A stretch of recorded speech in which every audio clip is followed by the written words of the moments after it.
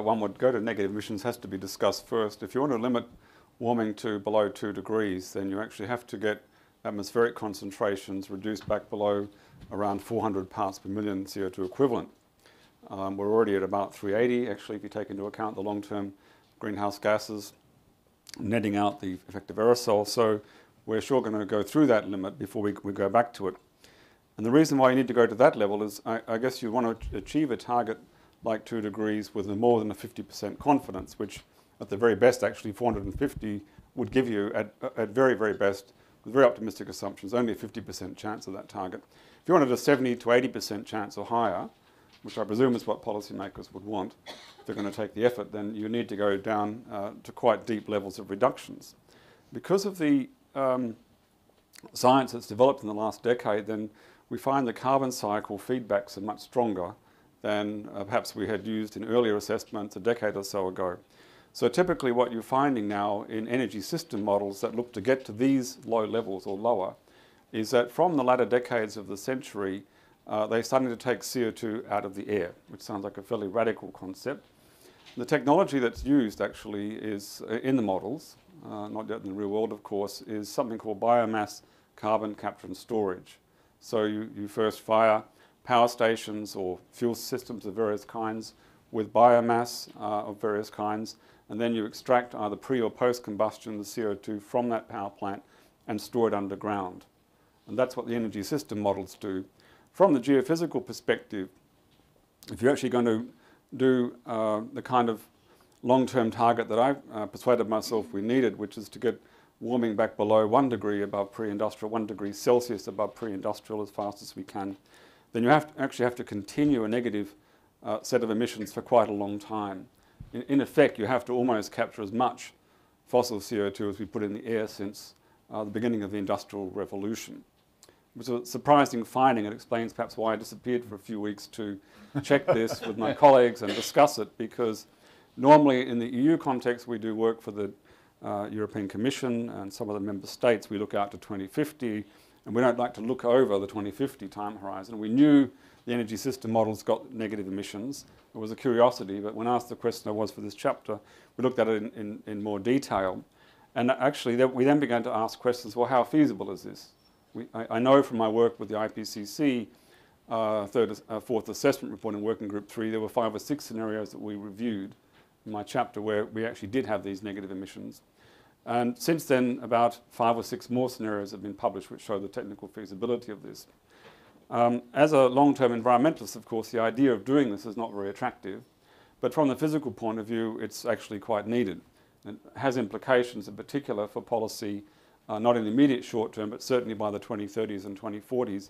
If you were going to go for negative emissions, you would already have to have invested in the R&D to bring in the kind of power stations that would be able to do this, and at the same time have invested very, very heavily in energy efficiency and so on, so that you wouldn't need too much of it, because biomass has a lot of adverse consequences. And I should also add that actually reducing and stopping deforestation and sustainable agriculture has a role in this too, because typically you need, what you see from these models, at least from our model, is you need to be pulling down 2 or 3 gigatons of carbon per year for some hundreds of years. And you can do a certain amount with afforestation and sustainable agriculture. There's a wide range in the literature, relatively modest amount, but still significant. But beyond that, it has to be done with more technological solutions. Great. So that was what lay behind that. Great. I wasn't going to mention Bill's disappearance, but we were glad when he resurfaced. And it reminded me that I failed to introduce Bill.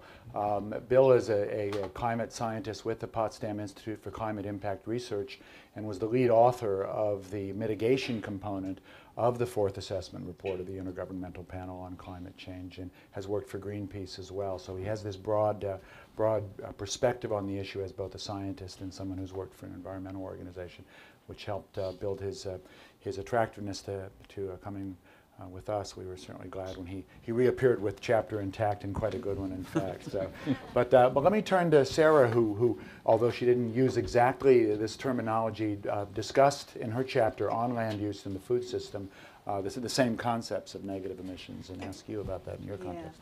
I think one of the things that the general public is not so aware of is that actually our agriculture and livestock systems are some of the most important sources of emissions that we have of greenhouse gases.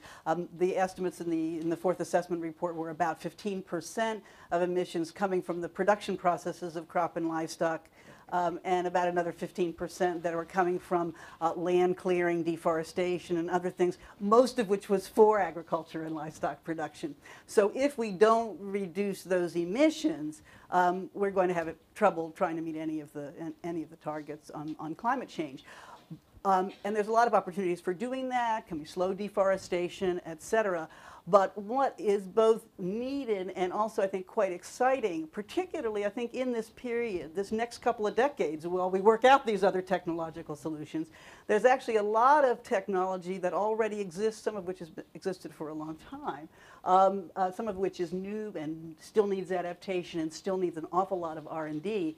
But I think it's widely believed now by the scientific community that is looking at this issue that we can sequester a lot of greenhouse gases, carbon principally, out of the atmosphere by looking at various aspects of land use.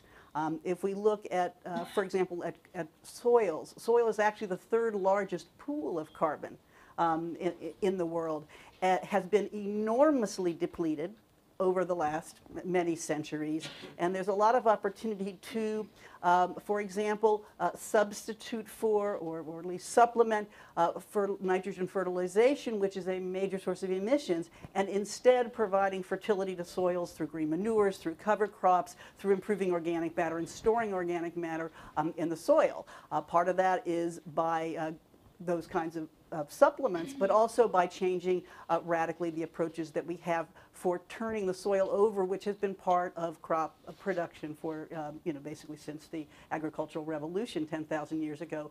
We only use about 80% of all cropland is in just 10 annual crops, which require generally fertilization. They require a lot of tillage. If we can modify how we do annual crops, reduce that tillage. There's already 100 million hectares in no-till agricultural systems. We could get that to 1 billion, hundreds and hundreds of millions of hectares in no-till. Farmers actually really like it.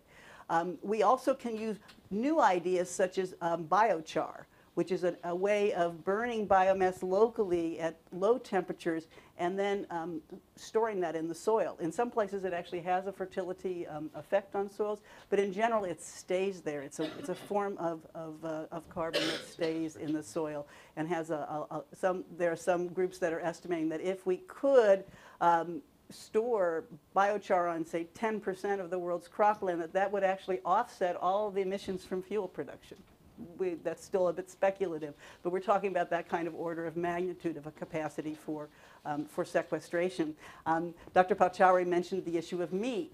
It is really quite a surprising finding that one sort of the estimate in the United States is that a beef cow and its calf over a period of year produce roughly the same amount of emissions as a mid-sized car. And that's partly because of the production systems that we're using. We have an opportunity to shift from feeding corn, which requires tillage and nitrogen, et cetera, shifting to grass-based systems. In some places, there's a variety of other approaches we can use to reduce emissions from livestock, as well as reducing the amount of meat that we might be eating. The one last thing, just if I could add, there's also a huge problem in the world of land degradation, which is keeping crop yields down, contributing to serious food insecurity and poverty. If we can revegetate those areas, if we can reestablish good soils in those areas, we can address also poverty and food insecurity as really a win-win situation while we address climate change. Great.